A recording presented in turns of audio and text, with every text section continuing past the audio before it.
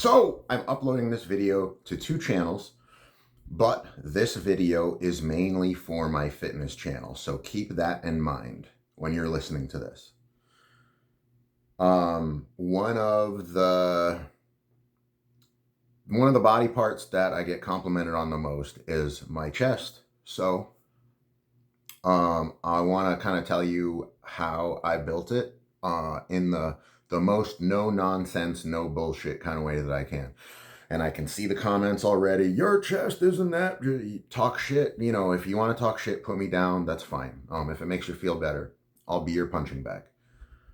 For the people that care, that hopefully I might be able to help. The fundamentals are very, very simple. For building any muscle, progressive overload is super important. That just means that you're increasing the volume over time, either more weight or more reps or kind of a combination of both. Now, if we're talking exercise selection, dumbbell press, bench press, chest press machine once in a great while. Not very much incline. If you hear recommendations from a lot of people, they will tell you to do more incline work than flat. And reason being is that it's usually harder to develop the upper chest. I do incline once in a while, but not that much. The caveat to that, though, is that I do a lot of overhead pressing, probably more than the average person. And an overhead press, especially with a barbell, actually works the upper chest a lot, in addition to the side delt shoulder. But this video is not about shoulders. So I just wanted to kind of add that in, that I get a little bit more upper chest stimulation from the overhead pressing that I do. But trying to keep it as simple as I can. I favor dumbbells because with a bench press, if you're weaker on one side, you can compensate with your stronger side. With a dumbbell press, you are lifting equal weight on both sides, no matter what. So dumbbell presses, going by, if you fail sooner on one side, go by the weaker side. Dumbbell presses most of the time, bench presses sometime, machines rarely, and flies. Mostly dumbbells again, sometimes cables, even more rarely machines.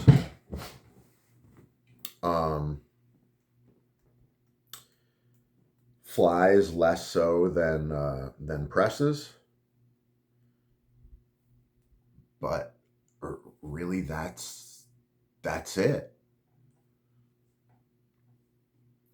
Try to lift more weight over time. I started doing the traditional 8 to 12, which I did for pretty much everything. Did that for a while. And eventually I worked a program that had some heavier lifting for fewer reps. In other words, heavier weight for like 4 to 6 reps or 6 to 8 reps. So I did that for a while. And when I finished that, now I just kind of go by feel. I mean, I'm at a point where I don't want to get very much bigger than I am. So I just kind of go with, like, I have a schedule for, I do a push-pull legs split at the moment, but I'm only lifting like 4 or 5 days a week. So I just kind of go in order with whatever, I hit legs yesterday. I'm taking the day off today. If I don't take the day off tomorrow, I'll go to chest and shoulders. If I take another day off, then I'll do chest and shoulders the next day. So it's like a running kind of rotation. But to sum it up, presses and flies. You have to get close to failure to send that signal to your muscle that you want it to get bigger and stronger. You have to eat enough protein and enough food in general. So those two things are super important. But like I said, if we're just talking about exercise selection, presses, flies. People will try to make it sound more complicated than it is because they want to sell you a workout program, or they want you to watch their video, so they want to show you some cool, outrageous looking stuff, so that there's a wow factor. And but like, if you I'm kind of starting to post more fitness stuff and more workouts and all that. But if you look back through my the workout footage that I have of myself over the past year and a half or so, it's just presses and flies, and you just have to make it harder. It's gotta. As you get stronger, you have to make things more difficult. Otherwise, you're not gonna progress. Also, with the rep ranges, sometimes I go as high as 20 reps if I'm trying to take it easy. I mean, it's still, if you go close to failure,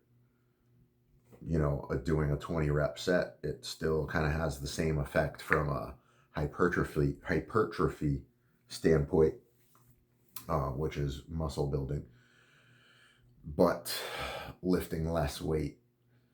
It's kind of easier on your system as a whole. So it's kind of, and there's less injury risk if you're lifting lighter, even if you're doing more reps. So that's about it. Again, I'm not natural. I just want to be open and honest about that. But I hope you got something from this video, and I'll catch you on the next one.